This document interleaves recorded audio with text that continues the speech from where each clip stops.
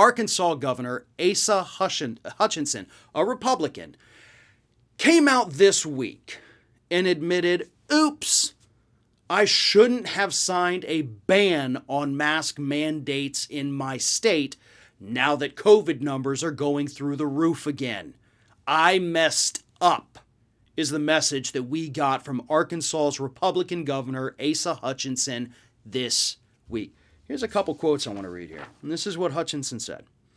Well, I signed it at the time because our cases were at a very low point. I knew it'd be overridden by the legislature if I didn't sign it. I already eliminated our statewide mask mandate. I signed it for those reasons, that our cases were at a low point. Everything has changed now. And yes, in hindsight, I wish that had not become law. So, yeah, I did it. Oops. Wish I hadn't, but it's not like I'm in a position of power to do anything about it. You are, though. Okay. And hey, it's great that you've come around and realized you messed up.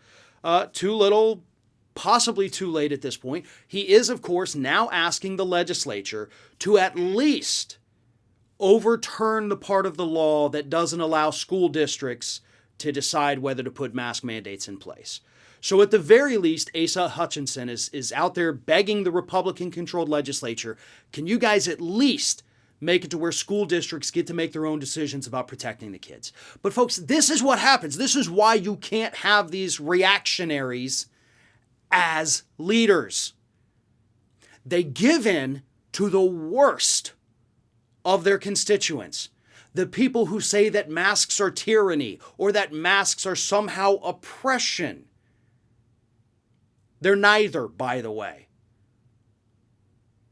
But they signed this law to gain political points, both over in Arkansas, over here in Florida, because they think it's going to gain them some political points.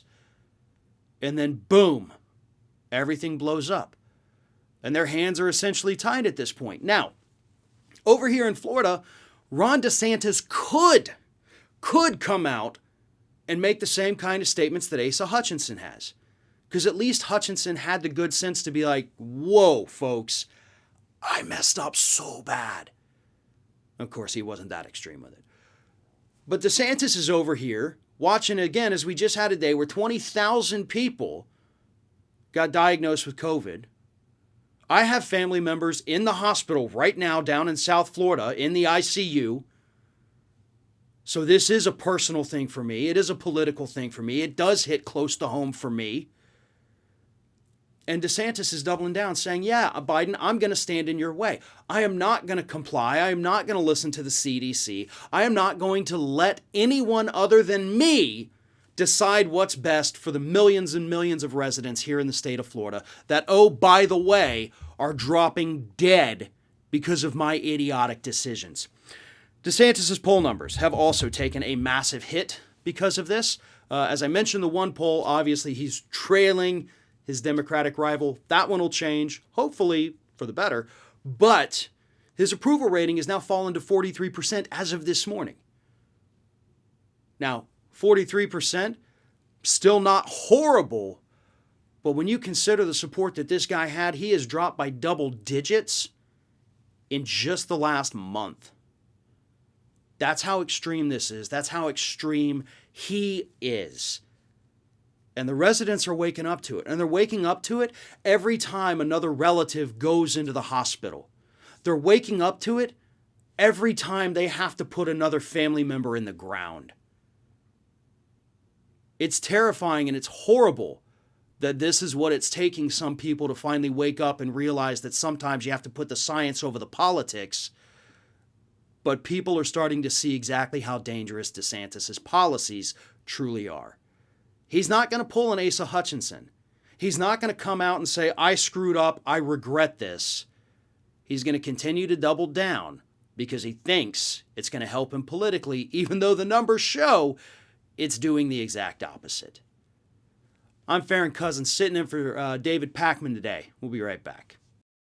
If you ever feel like you just don't have enough time to read all the books you want to read, you have to check out one of my favorite apps called Blinkist. Blinkist takes thousands of popular nonfiction books and distills each one down into an ebook or audiobook that you can get through in just 15 minutes, where you're getting all the key takeaways from the book. Just imagine how you'll be able to expand your horizons and knowledge by being able to soak up all of the important insights from 10 different books in an afternoon. Obviously, it's perfect for exposing yourself to a new book you otherwise wouldn't have time for, or you can use it to revisit a book you've already read, or use it to preview a book before you buy the full version and read it. I recently read A Brief History of Time, of course, by the great Stephen Hawking. This is a book that I have been aware of for so long, and other things got in the way, and it was fantastic to check it out on Blinkist. Blinkist has books on politics, philosophy, science. They have 27 different nonfiction categories, and a subscription is only about $8 a month, and you get the entire library. But you can try it totally free and get 25% off a subscription when you go to Blinkist.com/Pacman. I've put the link right underneath this video.